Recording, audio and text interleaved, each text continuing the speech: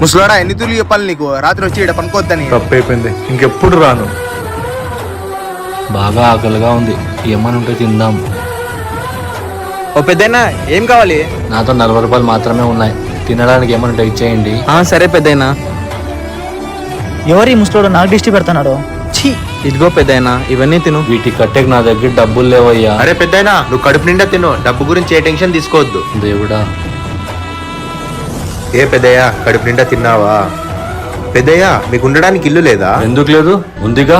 పెద్ద ఇండ్లు ఉంది, ఒక కొడుకు ఒక కోడలుగాను ఉన్నారు. నా కోడలికి నేనంటే ఇష్టం లేదు, నా ఆస్తి అంటే చాలా ఇష్టం. నా కొడుకుతో ఏమేం చెప్పిందో నాకు తెలియదు, కన్నా కొడుకే నాకు ఇంట్లోంచి బయటికి గంటేశాడు. ఈరోజు నాతో అన్ని ఉండి కూడా ఆయన రోడ్డులో పడుకొని అందరితో అడుక్కుంటున్నాను. చూడు పెద్దయ్యా, నువ్వేం బాధపడకు. ఈ రోజు నీ కొడుకులు నీతో ఇలా చేశారేమో, రేపు పొద్దున వాళ్ళ పిల్లలు వాళ్ళతో అలానే చేస్తారు. అప్పుడు అర్థమవుతుంది వాళ్ళకి ఆ బాధ ఏందో.